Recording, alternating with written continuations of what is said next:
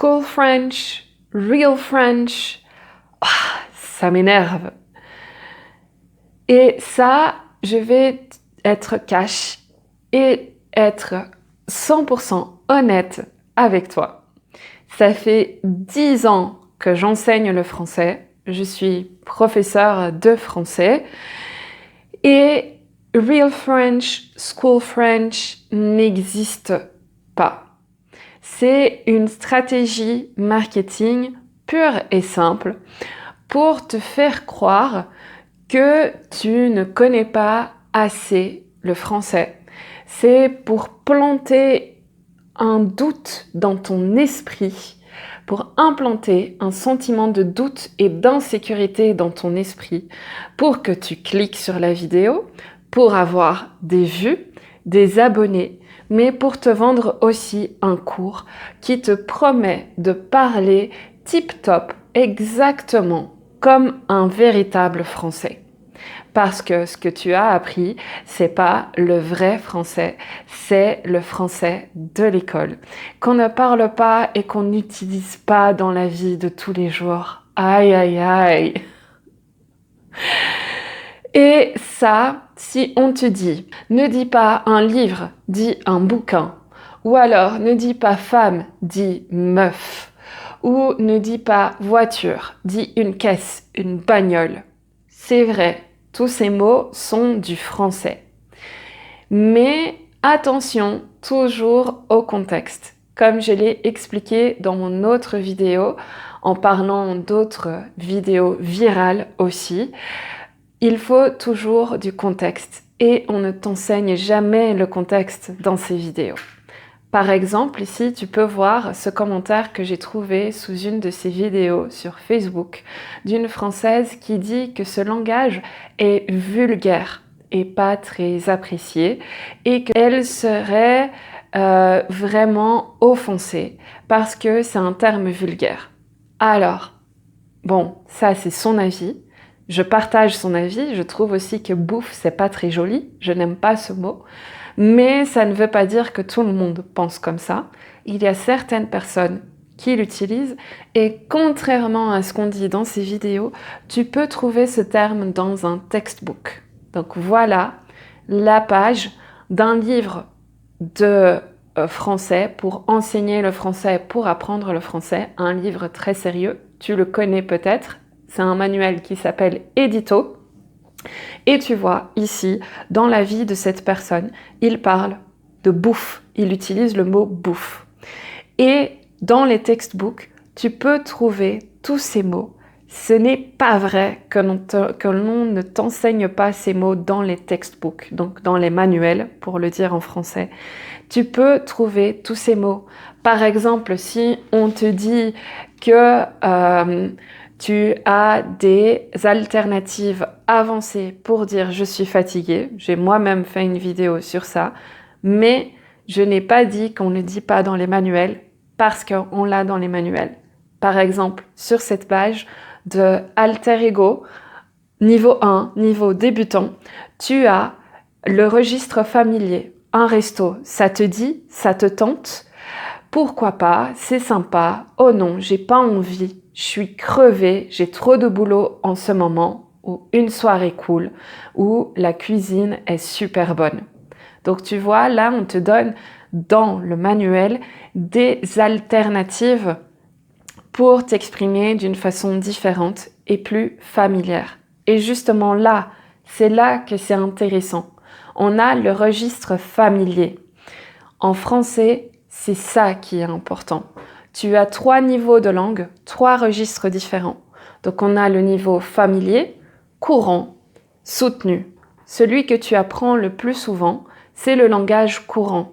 Comme tu peux voir dans cet autre commentaire que j'ai retrouvé sous ces vidéos, ce français parle du fait que ce que les influenceurs ou ce que les édufluenceurs sur YouTube ou un autre réseau social disent et référencent comme School French, c'est le français courant qu'on utilise dans la vie de tous les jours.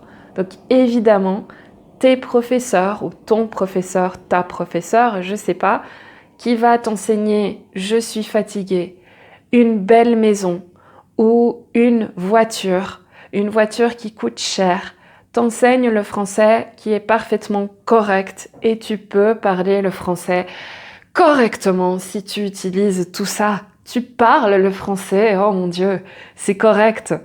Et c'est parfaitement OK parce que c'est le français courant de la vie de tous les jours. Et puis, tu as un autre registre qui est un registre soutenu. Et là aussi, j'ai vu des vidéos où on t'enseigne de parler le français d'une façon plus élégante et plus avancée et d'une meilleure façon. Et j'ai vu de ne pas dire une histoire très drôle, mais dire que c'est une histoire désopilante.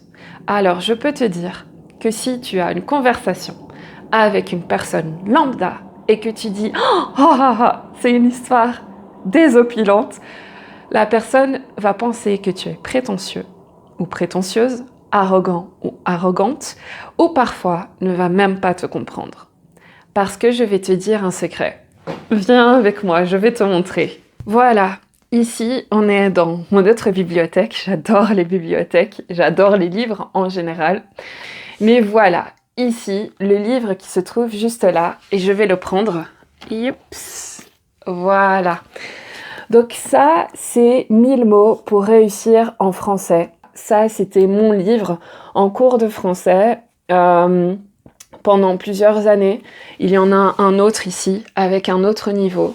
Et c'est quelque chose qu'on apprend à l'école secondaire en Belgique. En France, je pense que c'est en CE, CM, pendant plusieurs années.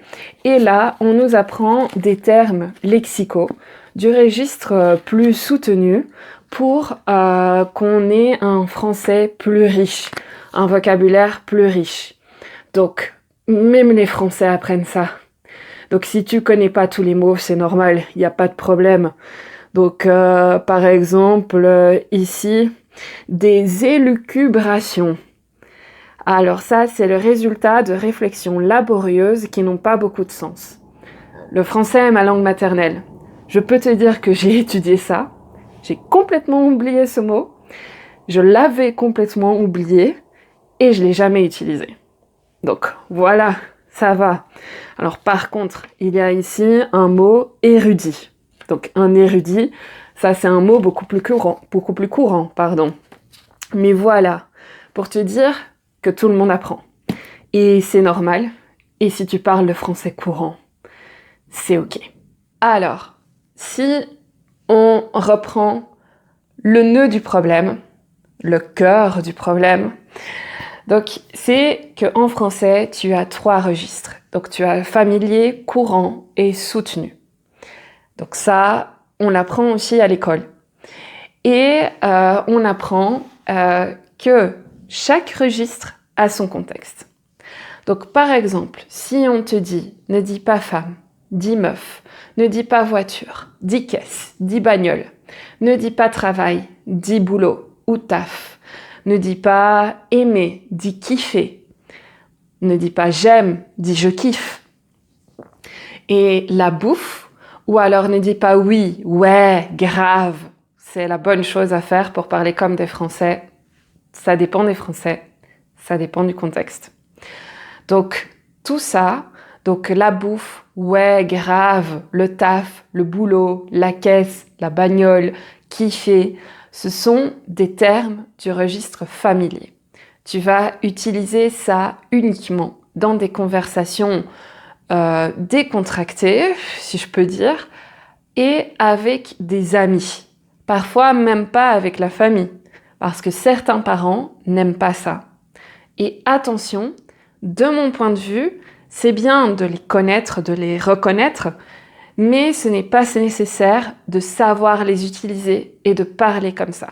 Parce que de un, c'est pas adapté à tous les contextes. C'est dans un contexte très spécifique que ces termes ou ces mots sont acceptés, ok.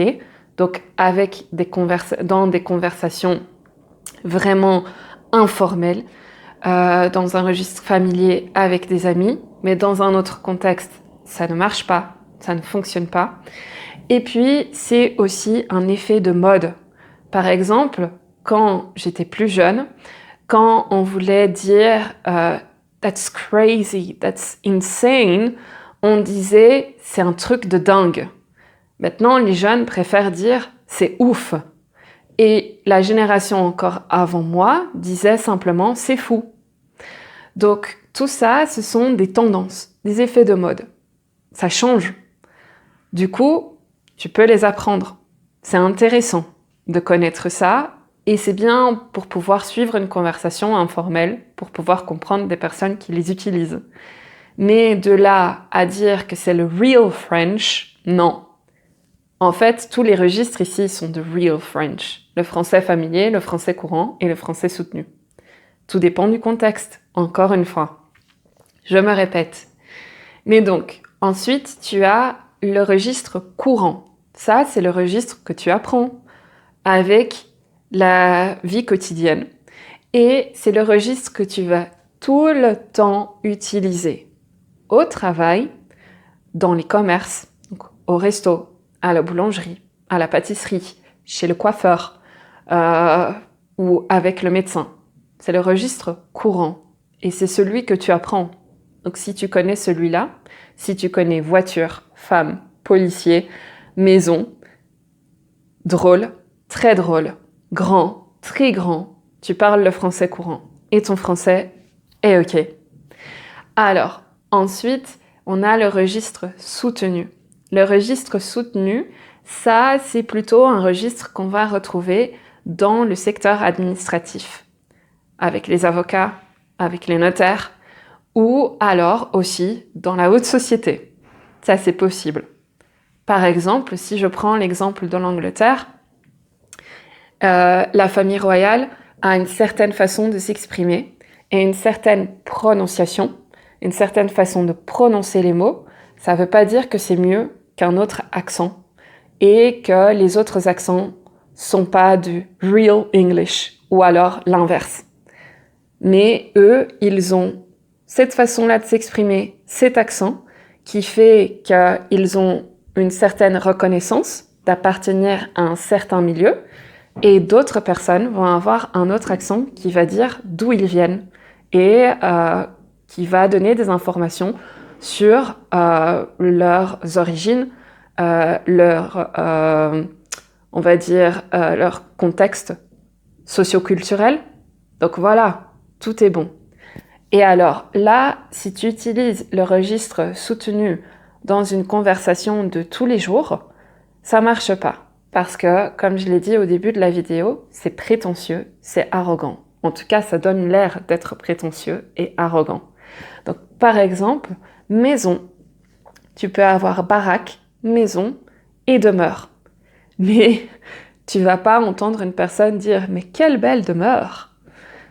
À moins que tu regardes un programme télévisé sur l'immobilier et la personne veut donner un aspect drôle et se moquer un peu, utiliser ce vocabulaire pour donner un peu ce genre. Mais voilà. Et tu as la même chose avec livre. Donc tu peux avoir bouquin, livre, ouvrage. Et par exemple, voiture, tu peux avoir une caisse, une bagnole, une voiture, un véhicule. Donc par exemple, conditions de vente, tu peux voir un véhicule motorisé parce que c'est quelque chose d'officiel. Mais dans la vie de tous les jours, on va dire une voiture. Et c'est possible que dans une conversation informelle, on va dire une bagnole, une caisse. Bon, et c'est pas tout le monde qui aime ces mots-là, mais il y a beaucoup de gens qui utilisent ces termes-là et qui les aiment bien.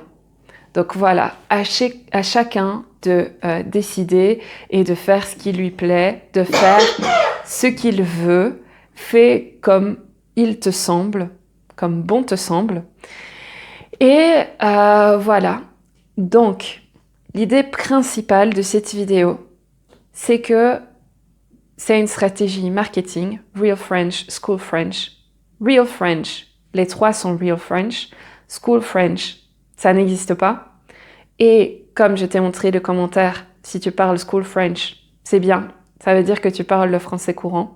On va jamais t'enseigner, je pense, quelque chose que tu ne vas pas utiliser, que tu ne vas pas dire dans la vie réelle. Un professeur ne va pas faire ça. à moins que ça soit un professeur d'internet, c'est toujours possible, donc qui n'a pas de formation ni d'expérience et qui ne parle pas le français correctement et qui dit qu'il est professeur. Ça aussi, on peut trouver sur internet. Mais tout est real French, tout dépend du contexte et tu parles le français. You got this. Trust me.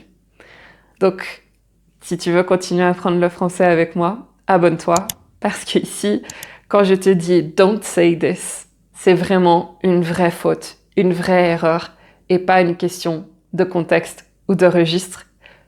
Ou bien, si c'est une question de contexte ou de registre, je te l'explique comme ici. Alors, à la prochaine. Ciao!